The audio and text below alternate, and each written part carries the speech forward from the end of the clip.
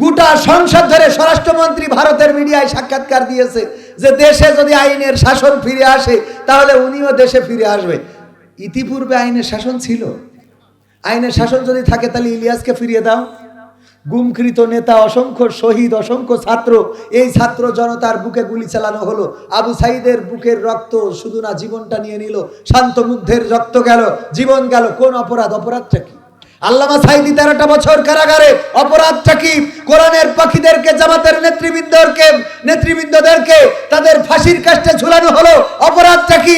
যার নামে মামলা, মুখে আছে দাড়ি, যার মামলা আছে নামে তার, বলেন ঠিক কিনা? আলেম ওলামা, মুফতি, মুহাদ্দিস, কার নামে? মামুনুল হক। অপরাধ কি ছিল? আমির হামজা, অপরাধ কি ছিল? রফিকুল ইসলাম মাদানী, মানুষটাই ছোট, ও যদি একটা বোমা ধরা হয়, ও তো ওই ধরি কাঁপতে কাঁপতে মরে যাবে। ঠিক না বেঠিক? এই মানুষটার অপরাধ কি? এইটুক মানুষেরও তো ধরি নিয়ে তো রিমান্ডে দিতে হইল। একটুকুনি মানুষ, কথা কয় না। ওই সময় আইনের শাসন ছিল, এখন আইনের শাসন খোঁজো। কিসের আইনের শাসন? আগে ছিল স্বৈরাচারের শাসন। স্বৈরাচারের বাংলাদেশে বলে ডক্টর ইউনূস পালাই গেছে, আজকে বাড়ি এসেছে, আজ দেশে এসেছে। ডক্টর ইউনূস পালাবে কেন? ডক্টর ইউনূস পালাবে, আমরা কি মরে গেছি? আমরা আর এক ইউনূস বসাবো, কথা কয় না।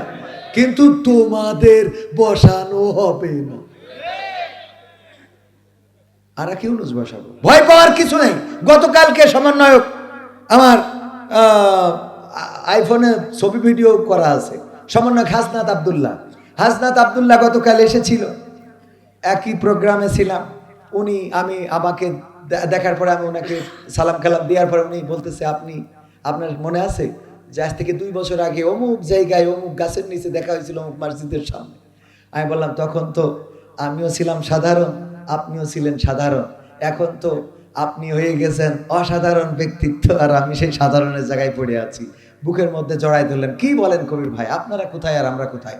একজন ছাত্র আন্দোলনের অন্যতম নেতা সমন্বয়ক হাসনাত আব্দুল্লাহ বুকে জড়িয়ে ধরলেন। এই তো হতে হবে উদারতা। এটা হতে হবে কি? উদারতা। একজন শাসককে জনগণের প্রতি সহৃদয়বান হতে হবে। ওমর রাদিয়াল্লাহু তাআলা আনহু যখন কুফাতে গেলেন, কুফায় যাওয়ার পরে কুফারা বলল, যদি ওমর নিজে আসে তাইলে আমরা তার প্রস্তাব মেনে নেব। মানে ওরা ট্যাক্স দেবে না। কি দেবে না? ট্যাক্স দেবে না, ভ্যাট দেবে না, সরকারকে খাজনা দেবে না। বললো ওমর যদি সরাসরি আসে তাইলে দেব। ওমর রাদিয়াল্লাহু তাআলা আনহু বলল, যাব, কোনো অসুবিধা নেই। অনেক পথ, একটা ভৃত উট একজন টানতে হয় আর একজন বসতে হয়। ভৃত গোলাম তাকে সাথে নিয়ে রওনা করলেন। একবার ওমর 3 মাইল যায়, নামে, ওরে উঠায়, আবার 3 মাইল যায়, নামে, ওরে উঠায়। এই পালা করতে করতে যখন কুফায় পৌঁছাইছে, তখন পালা পড়ে গেছে কুফার রাজপ্রাসাদের কাছে, বা তাদের যেখানে সভাসদ বা মিটিং, সেখানে পৌঁছানোর সময় পালাটা ছিল ওই এটা বসে থাকবে, কিডা ভৃত বসে থাকবে উঠের পরে, আর ওমর টাইমতেছে। ওমর রাদিয়াল্লাহু তাআলা আনহু ট্রেনে যখন মাহফিলি পৌঁছাইছে, সেই ওয়াজ মাহফিলি অথবা সেই মিটিংয়ে, তাড়াতাড়ি করে সবাই ছুটি চলে গেছে ভৃতর নামানোর জন্য। আসেন আসেন, প্রধানমন্ত্রী নামে। বাচ্চা আমি না, ওই যে দড়ি টানছে ওইটা, আমি না, ওই দড়ি টানছে ওটাই ওমর। তারা অবাক হয়ে গেল যে ওমর দড়ি টানে কিভাবে। ওই ভৃত বলল, দেখো, ওমর রাদিয়াল্লাহু তাআলা আনহু এমন একজন শাসক, তিনি ইনসাফ কায়েম করেছেন এই জমিনের মধ্যে, আর তার জন্য এই গোটা আরব ভূখণ্ডে শান্তি ফিরে এসেছে। ওগো আমার ভাইয়েরা, ওমর সেই ইনসাফ কায়েম শুধুমাত্র রাষ্ট্রে করে নাই, নিজের জন্যও করেছে। আজকে এই পথ আসার সময় উনি বললেন, তুমি আমার ভৃত, আমি তোমার মালিক, এটা হবে না, বরং তুমিও জনগণ, আমিও সেই জনগণের। তুমি আল্লাহর বান্দা, আমিও একজন আল্লাহর বান্দা। আল্লাহর গোলাম হিসাবে তোমার আজকে এই উটের পরে 3 মাইল তুমি চড়বা, আমি 3 মাইল চড়বো, আমি টানবো, তুমি টানবা, এইভাবে আমরা কুফা পর্যন্ত যাব। এই কথা শোনার পরে ওই কুফাতে যত মুসলিম আছে, যারা খাজনা দিতে চায় নাই, ট্যাক্স দিতে চায় নাই, সবাই এক বাক্যে স্বীকার করে নিল, এমন একজন রাষ্ট্রের শাসকের জন্য আমাদের আর কোনো খাজনা দিতে আপত্তি নাই। এমনি শান্তি আসে নাই। ওমর রাদিয়াল্লাহু তাআলা আনহু ঘুরে বেড়াতেন রাতের অন্ধকারে, দেখলেন একটা বাড়িতে কান্না, একটা বাড়িতে কি যেন রান্না করে, হাড়ির মধ্যে কি যেন ফুটায়। সবাই ঘটনাটা জানেন, শুধু স্মরণ করিয়ে দিই। ওমর রাদিয়াল্লাহু তাআলা আনহু দেখলেন পাশে বাচ্চারা কান্নাকাটি করে, ছোট ছোট বাচ্চা শিশুরা। একসময় কাঁদতে কাঁদতে তারা ঘুমিয়ে গেল। ঘুমানোর পরে ওই মহিলা চুলার আগুন নিভিয়ে দিল। তারপরে নিভানোর পরে তিনিও ঘুমাতে যাবেন। ওমর রাদিয়াল্লাহু তাআলা আনহু বাড়িতে ঢুকলেন, বললেন, ওগো বুড়িমা, কি রান্না করছিলে? আর রান্নাটা কেন শেষ হলো না? আবার চুলাটাও নিভিয়ে দিলে, হাড়ি থেকে কোনো খাদ্য তো বের করলে না, কারণটা কি?